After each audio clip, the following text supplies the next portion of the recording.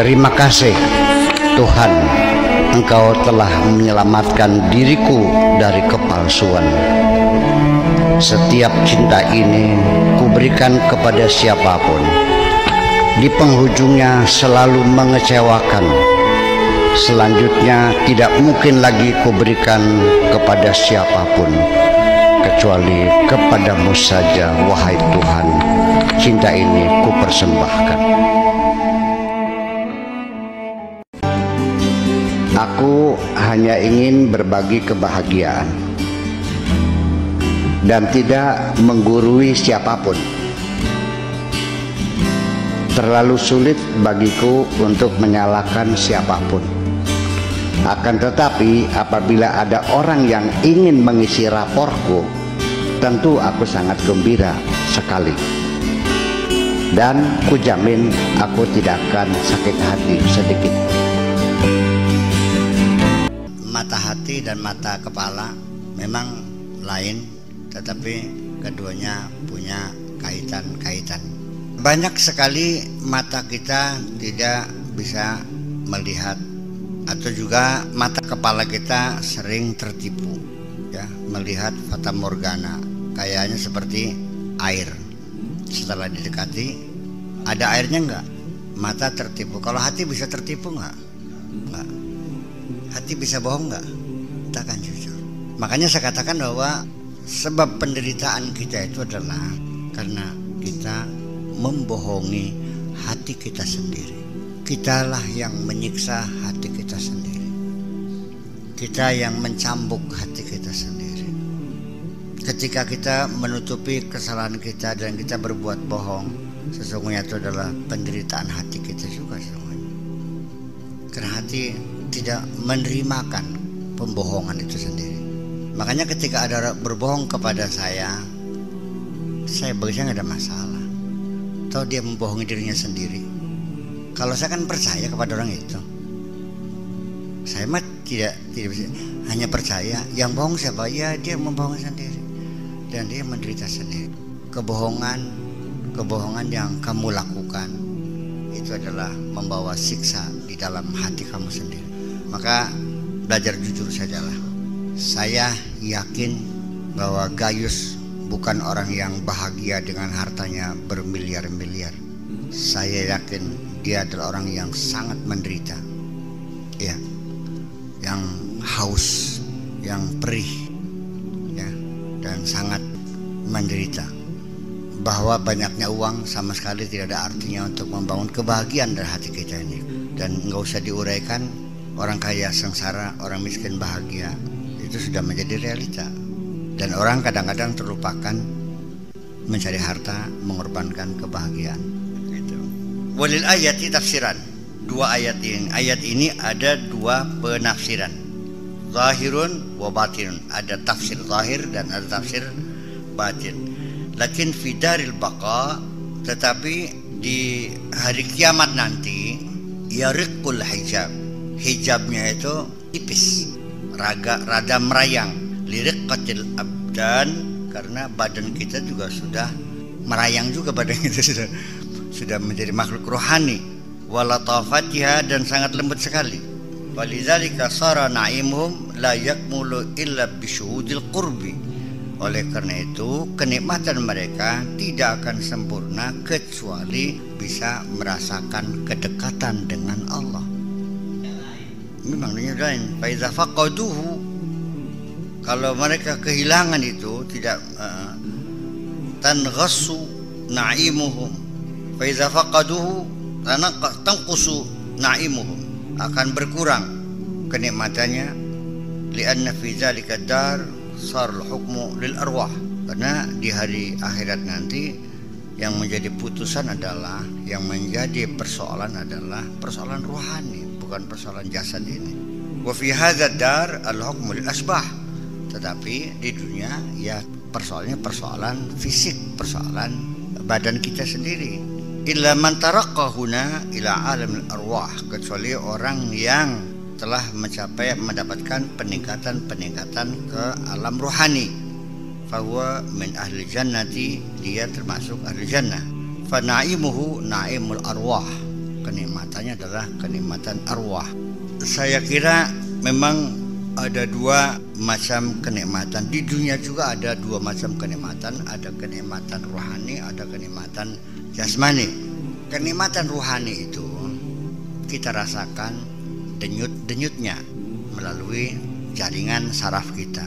Kerasa krenyem-krenyeme, kerasa gleser-glesere, kerasa dredet-dredete, menyentuh kulit yang halus. Secara refleksi tangan kita menghantarkan ke saraf dan saraf menyebar ke tubuh sehingga terasa badan kita bergetar. Kemudian kita mendapat sanjungan dari orang juga kerasa pating kerengap cungure, ngap-ngapan kerasa. Makan sate, makan sambal goreng, nyemat, sedap, gurih, itulah kenikmatan badan kita. Tetapi itu depend on kelezatan badan itu sendiri sangat tergantung kepada kelezatan rohani, kebahagiaan rohani. Dan salah satu orang yang sangat bodoh sekali karena jasad dan rohani memang tidak pernah sinkron, nggak pernah nyambung dan selalu bercerai-berai.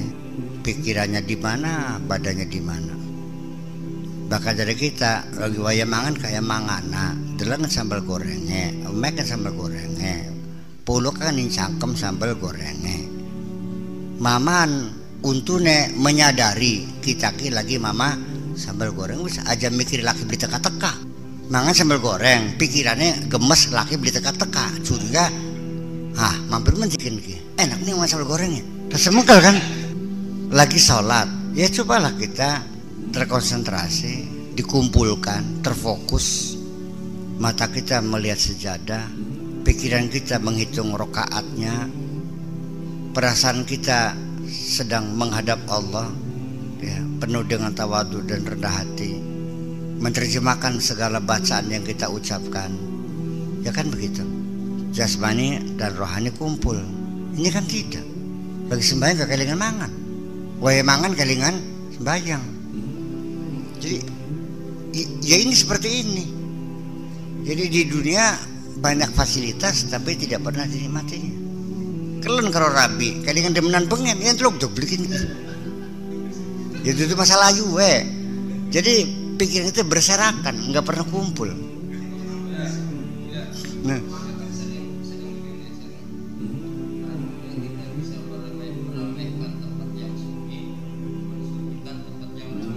bisa ya.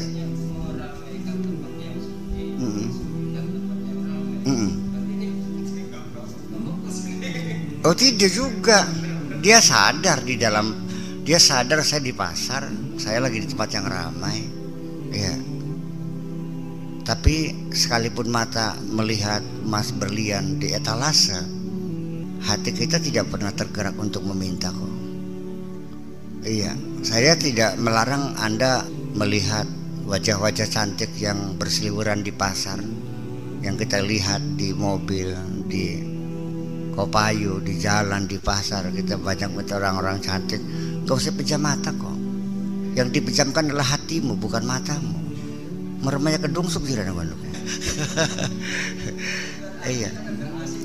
Nah, ya makanya jadi hati kita terkendali, tidak terpengaruh ya dengan panca indera kita yang merasakan, melihat ada di sekitar kita itu. Ya itu persoalannya. Jadi ya saya kira ya kalau kita berpapasan nggak usah melengos, berbalik muka melihat wajah cantik. Ya tatap saja seperti biasa gitu. Tapi ya jangan nyelingkuh kan ini. Kenapa kau nyelingkuh? Lampu kuning, bakal melotot, lampu merah. Ya kita sekadar melihat ya, asal jangan ditransfer ke hati lah. Iya. Nah ya itu benar itu. Nyelingkuh, penasaran. Nah itu kan tergoda. Iya, jadi seperti itu, bahwa cobalah sampai ketika kita mau tidur pun, ketika pikiran kita tidak kita ajak bersama diri kita di atas tempat tidur, maka sulit kita untuk tidur. nggak bikin ki. Lamun pakuwu bedulah, wis ning ranjang pikirannya masih ning balai desa betul beli kita sini. Masa turu-turu aja kan ki. Aduh, durung dicet, jendelane gompel, durung ditandani maning, durung bocor maning, raskin cuan gak sing cukup uang nih ki. Durung akan ning gudang. Hafal lebih kita kabli pikat begikin ki. Ya nggak usah tidur. Ya makanya sekarang itu, ya tolong dong, jangan disiksa sendiri. Kasihanilah dirimu sendiri. Siapa lagi kalau bukan dirimu sendiri? Nah, ini belajar terfokus, belajar terkonsentrasi, mencari satu relaksasi. Kita relaks saja, hidup ini relaks saja sih. Artinya relaks tuh jangan sing serius lah, ya relaks saja ngapain. Nggak usah aja ngoyot temen, aja keterlaluan memikirkan berlebihan, ya sekadarnya saja lah. Kita terfokus. Makanya begitu kita di tempat tidur, kita mencari posisi yang paling nyaman. Ketika terlentang, nafas kita teratur, ya, kita rasakan nikmatnya nafas lancar, ngas ngos. Apalagi kalau dengan menyebut namanya sebagai tanda kerinduan kita. Allah masuk, keluar, kita rasakan kenikmatan yang luar biasa. Dan pikiran kita terkonsentrasi. Kita hitung dari mulai ujung kepala sampai ujung kaki.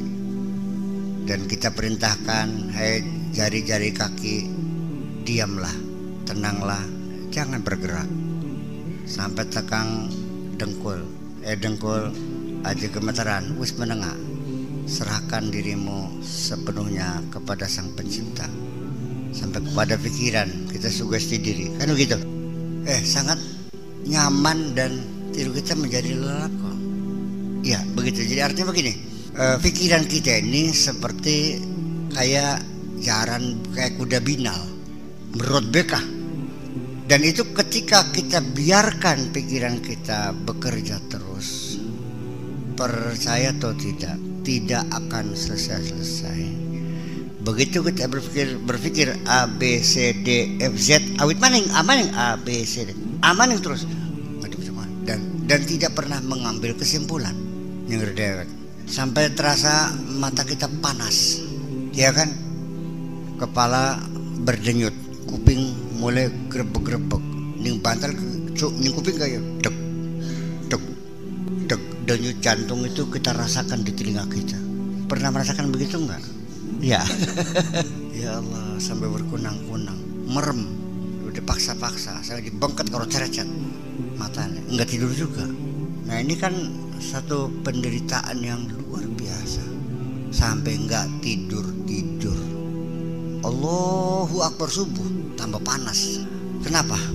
Nah makanya ini saya kasih tahu aja ya, sholat 5 waktu itu sebetulnya latihan berkonsentrasi. Wong bakra sholatnya khusyuk, cerdas.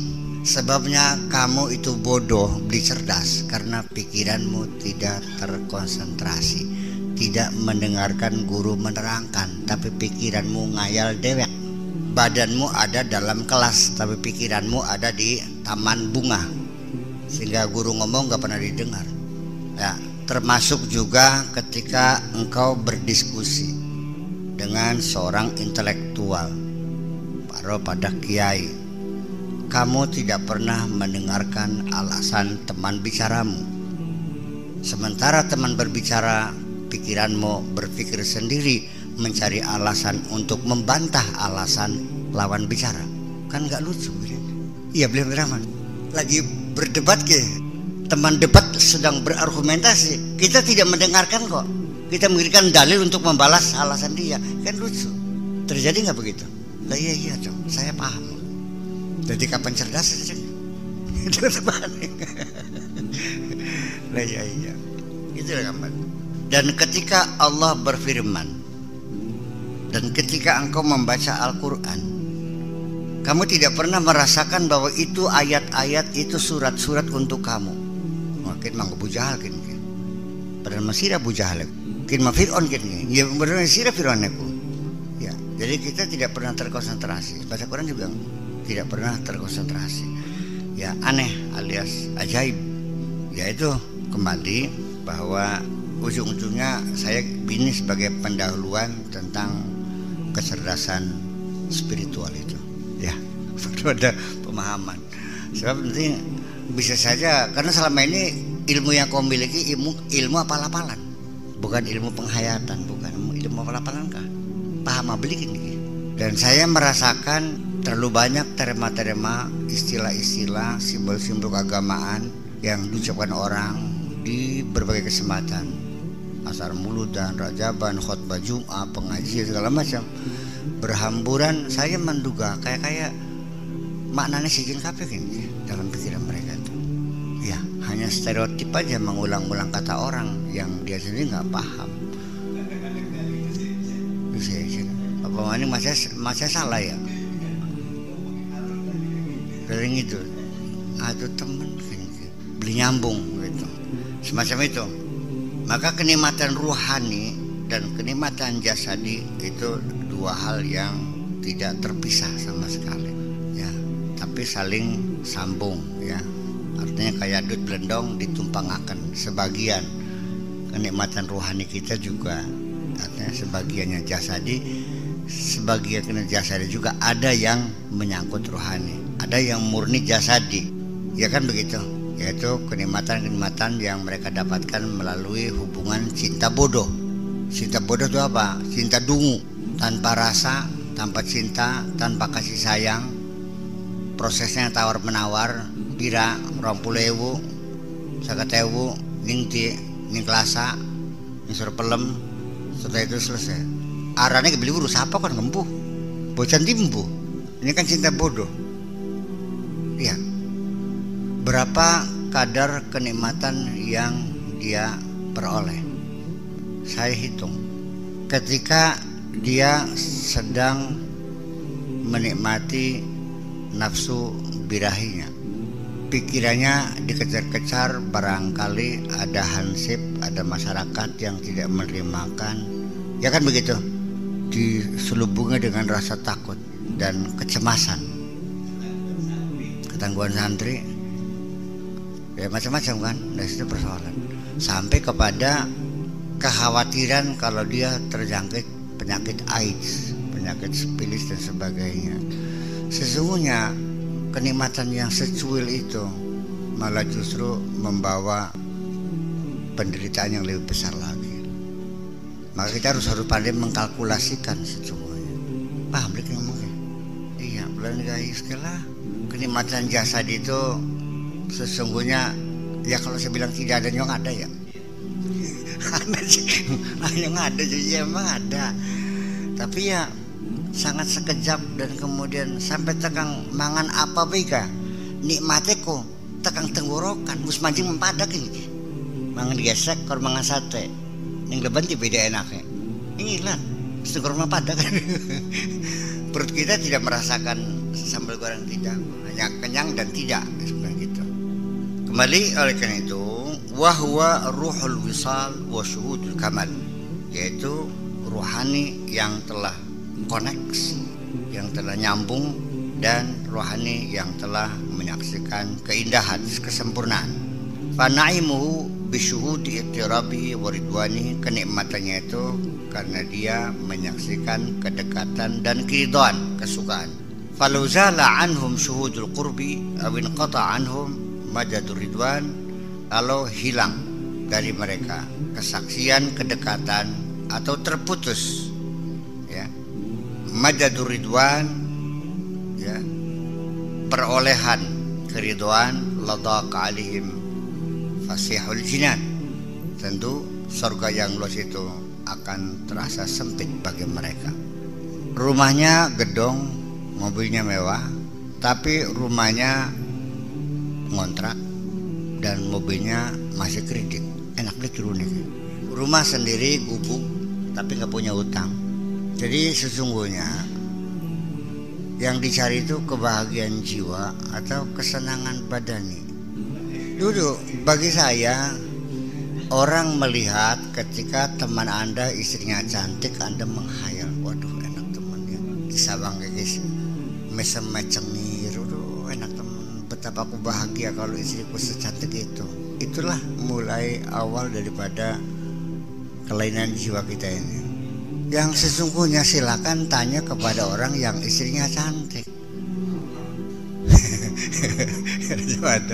Lawan ya, suka neken-neken merasa cantik sih.